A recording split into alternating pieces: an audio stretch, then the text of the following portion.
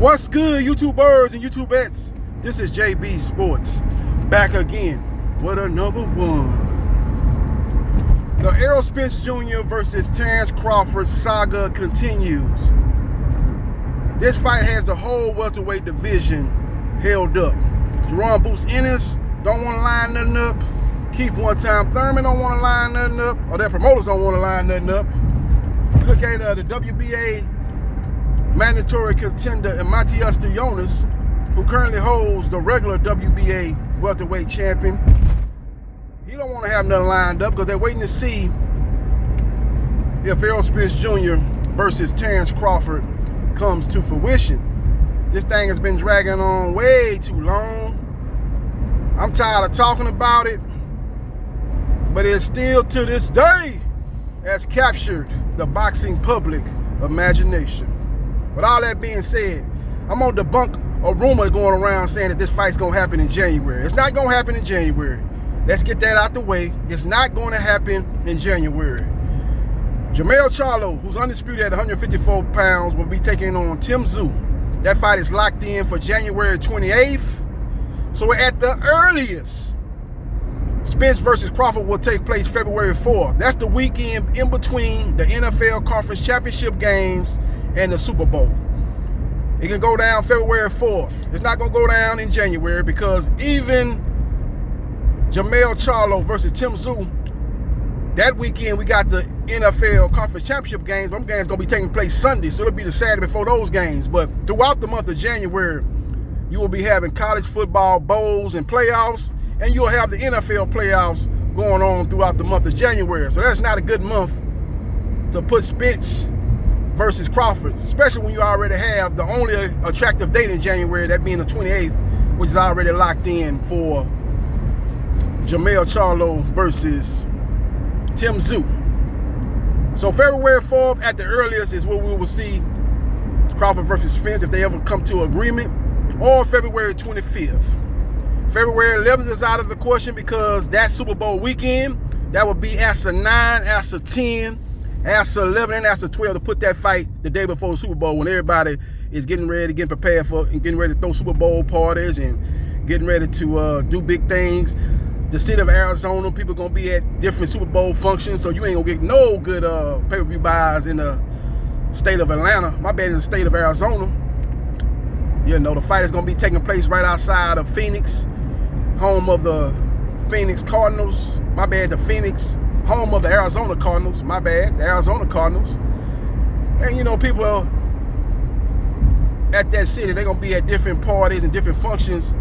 There's going to be a lot going on in that city in the lead up to the Super Bowl, and just in general, man, people going to be getting ready for the Super Bowl, man. That fight will not be headline news if it's going to go on before the Super Bowl.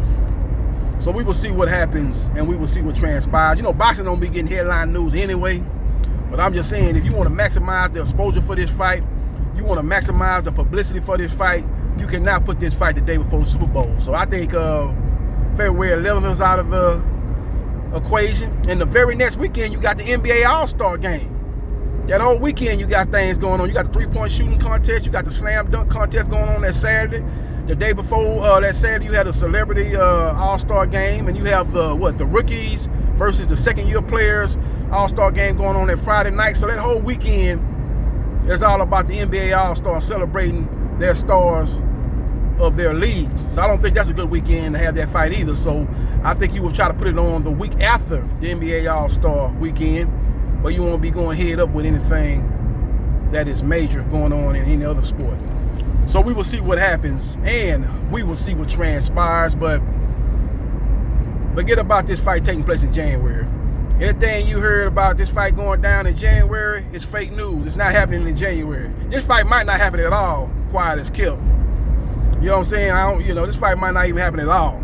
You know, people are still hoping, wishing upon a star that this fight comes to fruition for 2022. You know, people still holding out hope this fight gonna go down November 19th. And I don't believe it's gonna be going down in 2022, let alone November 19th. Basically a month and a half away. Basically a month away. Basically, what was this, the 18th? Yeah, looking at, we basically 4 weeks out from November 19th. So it's not going to happen in November.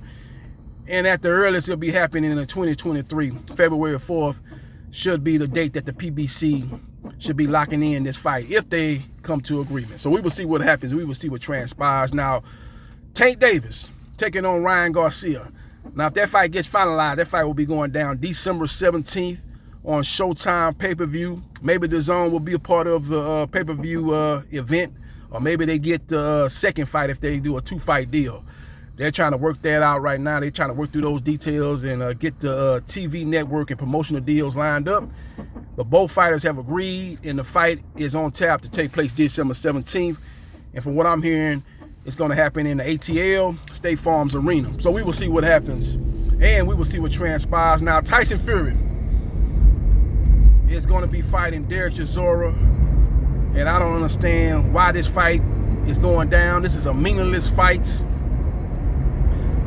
This fight is a waste of time. He already dominated Chisora twice. Ain't nobody checking for this fight. Ain't nobody asking for this fight.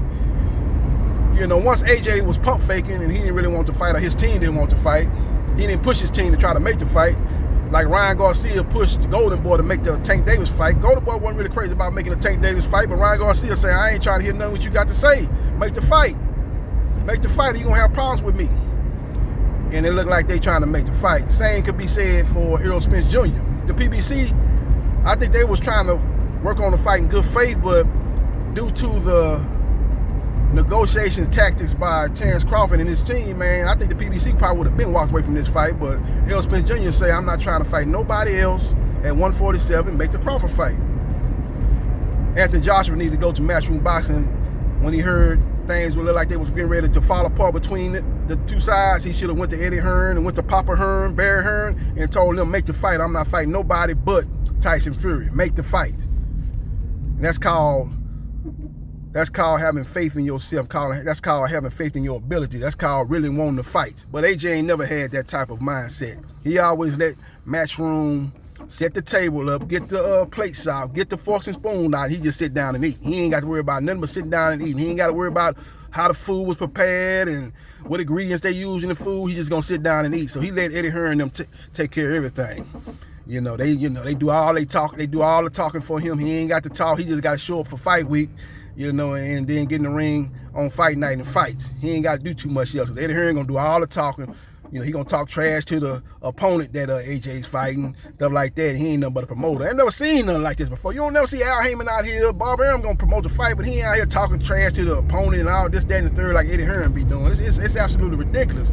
But with all that being said, Anthony Joshua has 258 Management. That's his company. And you would think he's a boss, but he don't act like no boss. And like I said, everybody can say that Fury was pump faking and Fury didn't want to fight. He was using AJ name and, to pump himself up and make it look like he really wanted to fight him, but he really didn't want to fight him. All I know is Fury fought Wilder 3 times. AJ ain't fought Wilder or Fury. Them are the top 3 biggest names in the heavyweight division with the last 6 or 7 years.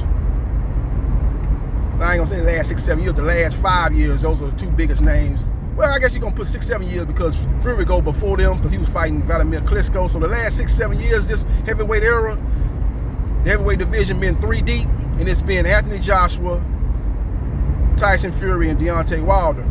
And Tyson Fury and Deontay Wilder have got it going on and have fought each other 3 times. And AJ has not fought either one of those guys once. That's all you need to know.